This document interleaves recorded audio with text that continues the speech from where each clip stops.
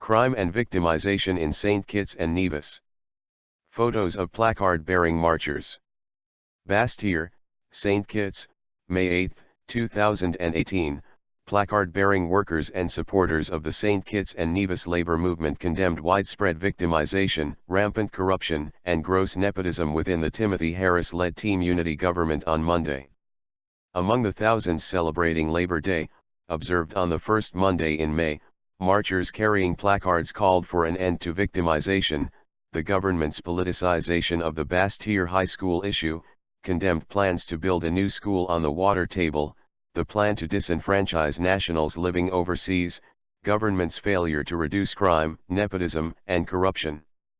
A large sign mounted on the Patsy Allers playfield read, "Coming soon, an end to this, Team Unity, government." Over 200 persons have been victimized in various forms by the Timothy Harris-led Team Unity government, TUG, over the past 3 years. Opposition parliamentarians and caretakers of the St. Kitts Nevis Labour Party, SKNLP, have expressed concern over widespread victimization of civil servants and employees of government-owned statutory corporations. Prime Minister Harris was recently condemned for a statement that persons he has appointed to positions in the civil service and government-owned corporations are based on political allegiance and that such persons are expected to write glowing articles publicly praising him and his government. The placards alluded to the stark nepotism practiced by Prime Minister Harris, whose sisters hold the positions of registrar/additional magistrate, payroll master in the government's Human Resource Department, which falls under the portfolio of Dr. Harris in his capacity as Minister of Finance.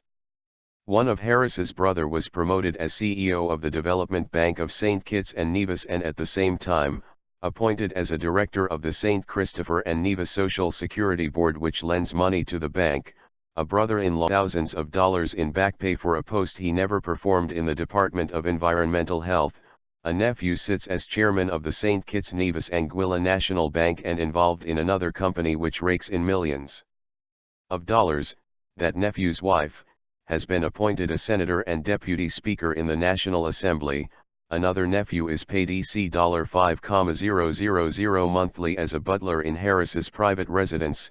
Other family members have been appointed to boards and multi-million contracts have been awarded to newly established Harris Group of companies involved in construction, car rentals, rentals of tents, tables, and chairs, building and road contractors, security, heavy equipment operations, trucking and landscaping.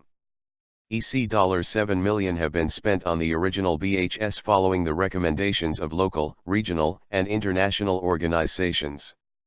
The reports from the local scientists, Dr. Milton Whitaker and Mr. Clement Bouncing Williams, the Trinidad-based Caribbean Public Health Agency, CARFA, the Caribbean Industrial Research Institute, CARIRI, also based in Trinidad, and the Washington-based National Institute for Occupational Safety and Health, NIOSH, of the Centers for Disease Control and Prevention, CDC, recommended that the buildings could be inhabited after remedial works are completed.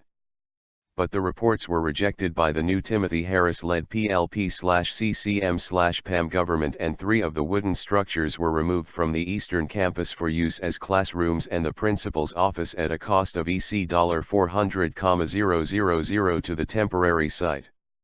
The Team Unity government also spent $4 million to build what they called a temporary state-of-the-art wooden structure by Innotech, a Barbados company, bypassing local construction companies amidst several allegations.